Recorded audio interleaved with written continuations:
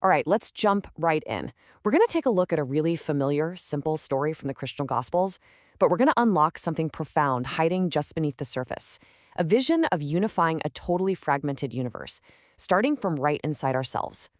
So it all starts right here, with the flight into Egypt. You probably know the story. A family, Joseph, Mary, and the baby Jesus, are on the run from the murderous King Herod. It's a classic story of persecution, finding refuge, survival, and on the surface, it seems pretty straightforward. But what if this journey isn't just about crossing borders from one country to another? The 7th century theologian Maximus the Confessor wants us to ask a much deeper question. What if this is actually a map for an internal journey that maybe all of us have to take? To get to that deeper meaning, we can't just read it like a history book. Nope. We need a different kind of key, a special way of looking at these ancient texts that helps us see the symbols hiding in plain sight.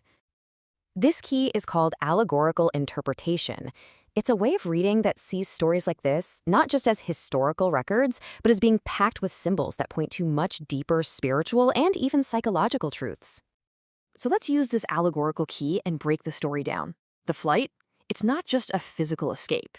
It's a spiritual journey away from our own out-of-control passions.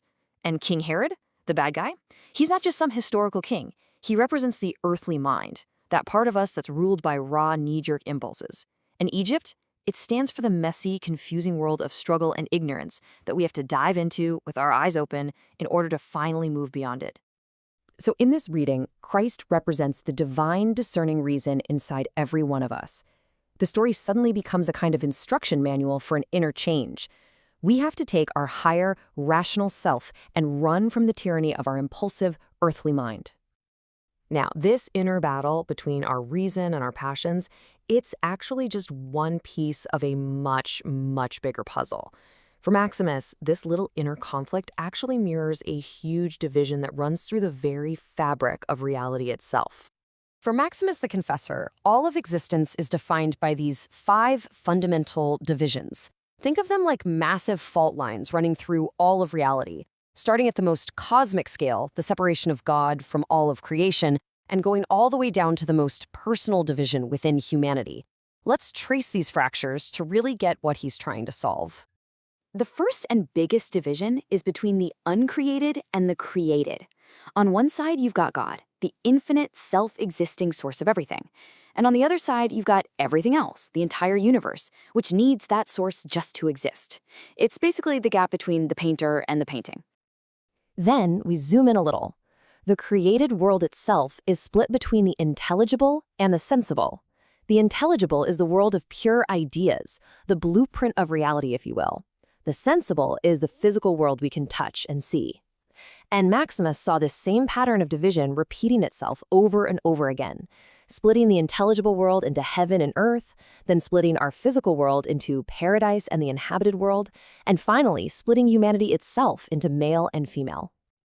So, here's the crucial point. For this ancient thinker, the core problem of the universe isn't just, good versus evil. It's something deeper.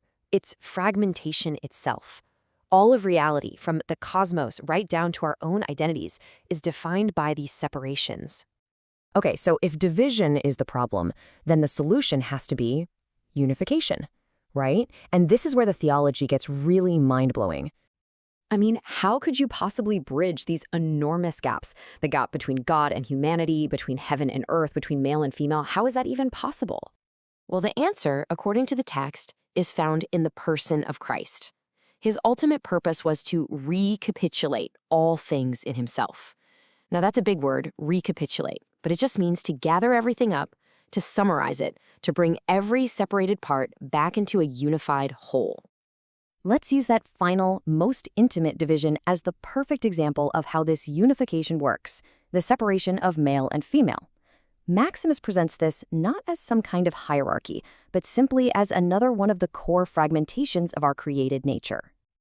And here's the resolution. By becoming human, Christ starts a whole new way of existing where this fundamental division is overcome. The text quotes the Apostle Paul, saying that in this new unified humanity, categories like that just don't define us at our core anymore.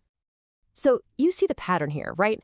In his own being, he unites God and humanity. By his life, death, and resurrection, he unites heaven and earth. In his nature, he models a way to transcend the division of male and female. He becomes a living bridge across every single one of those 5 great cosmic divides. Okay, this is some fascinating, deep, ancient theology, but what does it actually mean for us, right here, right now? This is where we bring it all full circle. This grand cosmic vision isn't just some abstract philosophy about the universe out there. It's a powerful map for the universe in here.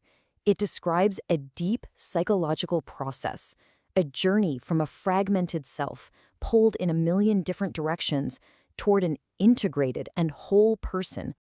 The entire system describes a journey. It's a path from division to unity, from a feeling of fragmentation where our impulses, our reason, our bodies, and our spirits all feel like they're at war, to a state of wholeness.